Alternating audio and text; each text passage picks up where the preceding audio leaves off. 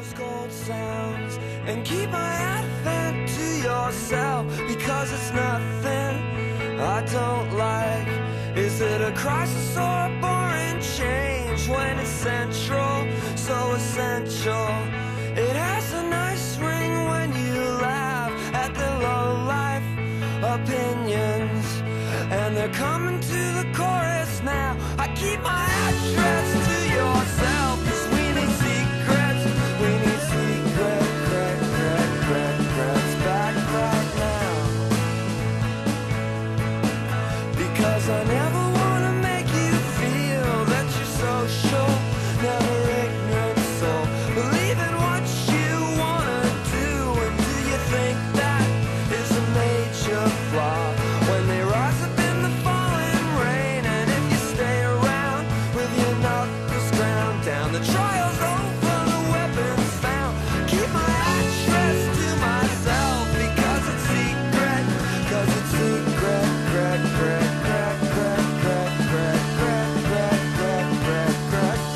back right now.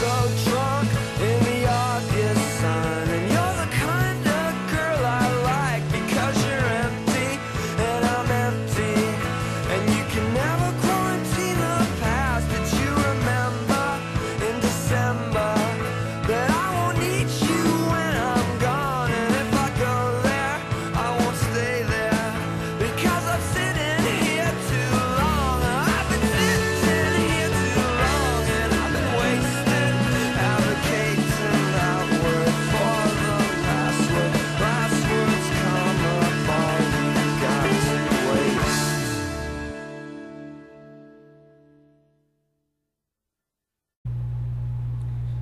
You dig? You dig? We're back.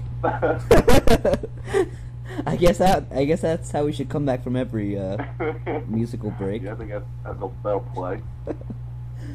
So, 2 weeks ago, you were down in Florida for the annual Bro Fest known as Spring Break.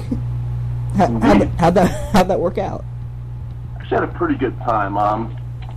You know, it's down there. It's a lot of fun. People, it's actually pretty crazy though. The bars are open until 4, which is actually an hour back from the Eastern time zone. So, and we had no idea. It was an hour back until like Wednesday. Like, and we're out to the bars, and it's like 3:30. I'm like, oh my god, it's so beat. We can't even make it till 4 o'clock. Let's just go. And we're gonna find out like 3 days into spring break that we're only out till 2:30. The bars are open for another hour and a half. Mm. It's definitely pretty funny. I remember Tim mentioned to me at one point, he's like, you know, all the girls are pretty good looking, like pretty tan stuff, but like they all got kind of a gut on them. And we were thinking about it, and the hypothesis I came up with is like the girls that go on the spring break, those like the party girls, like the girls that are drinking all the time. So I mean, that's like they're not gonna be the most physically fit girls. They're drinking. They're gonna have that booze gut a little bit. Yeah, that little boy. Definitely, nothing wrong with it. but they're definitely noticeable with a lot of the girls down there. You know, little pooch game going. You know, nothing too bad, but well, what I think the viewers want to know, the 2 viewers we're gonna have when I post this later, is how's my boy Q? How'd he do down there? He was actually did pretty well, man. I gotta say, Is being in the car with him for a total of 40 hours in the span of a week. I mean, I can only think of the time he got on my nerves one time, and that was the very end of the trip. And the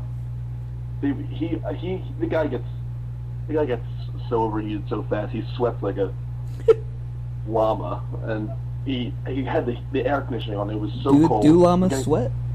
I don't even think so. But he had the air on so cold. And I was just like, dude, I'm trying to sleep right now. I haven't slept in so long. He just wouldn't turn down. I was like, dude, you gotta be kidding me. But I eventually got over it. One of the good stories down there was one, I think it was a Wednesday, and there was like this big day party. And like a lot of people from Penn State were there. Actually, I saw a lot of friends. But I don't know how familiar you are with the Jersey Shore. I'm a little familiar with it, unfortunately. I mean, I've actually never watched an episode, and I'm proud to say that. But don't say that to Bacon. Yeah, right. Your boy Mike, the situation was there. Oh, I think I heard about this, but go on. And I guess the big deal, and he gets up on stage. Everyone's like gathered around him, and he goes up there, grabs the mic, like, "What up, Cancun?" And then we're like, "What are you talking about? You're in America. You're not in Mexico." How does he not know? That guy's got to realize at some point, like, people are going to stop paying him to do these right, like appearances. You're going to call it the wrong country. Yeah, yo, Mike, do you realize that you didn't have to, take your passport out and like there are English signs all over the place? Like, what the? Nope, he didn't realize it. Someone was saying he's all pilled up. I don't know how true that was, but I mean, I guess I wouldn't put it past him. I probably would be. Certainly not. I also did my first dine and dash down there. Oh yeah? The Waffle House, yeah. I was actually running into one kid I kind of knew from Penn State, but not really. And we were hanging out, and he's like, "Yo, man, let's think about dine and dash." And I was like, "No, it's only gonna be like $7." He's like, "No, let's do it. I was like, "All right." So we're gonna do it. And he's like, "No, let's not do it." And we went to the bar earlier. He gave us a cup, and we filled it up with beers there. And I'm sitting there waiting in line to pay, because you don't pay the waitress. And the cop comes up to me and he's like, "Excuse me, sir, you can't drink that out here. You need to go outside." So, I mean, I left. All I was doing was following orders. He asked me to leave, and I left. Can't blame you for that. Yeah, so you gotta, there's definitely a notch on the belt there. It's on my bucket list, dining and dashing at least once. Yeah, what else is on that Ray Alexander bucket list? No, I actually don't know. I'd like to go to, I don't know. It's kind of private, actually. Oh, yeah? Yeah. There'll be some celebrities on there, but I mean, what are you gonna do? What do you mean? Having intercourse with one? There's some pretty naughty things I'm interested in doing to Angelina Jolie. I don't know how that's gonna play. How that's gonna come to fruition, but we'll see. You never know. Okay.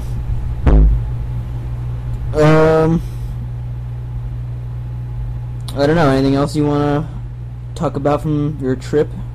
I think it more or less covers it. I mean, it's basically what you would expect down there. Definitely a lot of tons of bros. Tons of sluts. My dad actually gave me this little cheat sheet. He knows some guy down there, some cop. Oh yeah. Down there. So he wrote down like all the spots to go. Like he said, like some of the rules and shit, like some of the bars. Well, like gave me the cops number. We actually called the cop up. My dad was like, "We might be able to help you out with some covers." Or the covers down there were like $30, $25 to get in a place. It sucked. $25 to get into a place? Yeah, man. Most of the places were like that. That is ridiculous.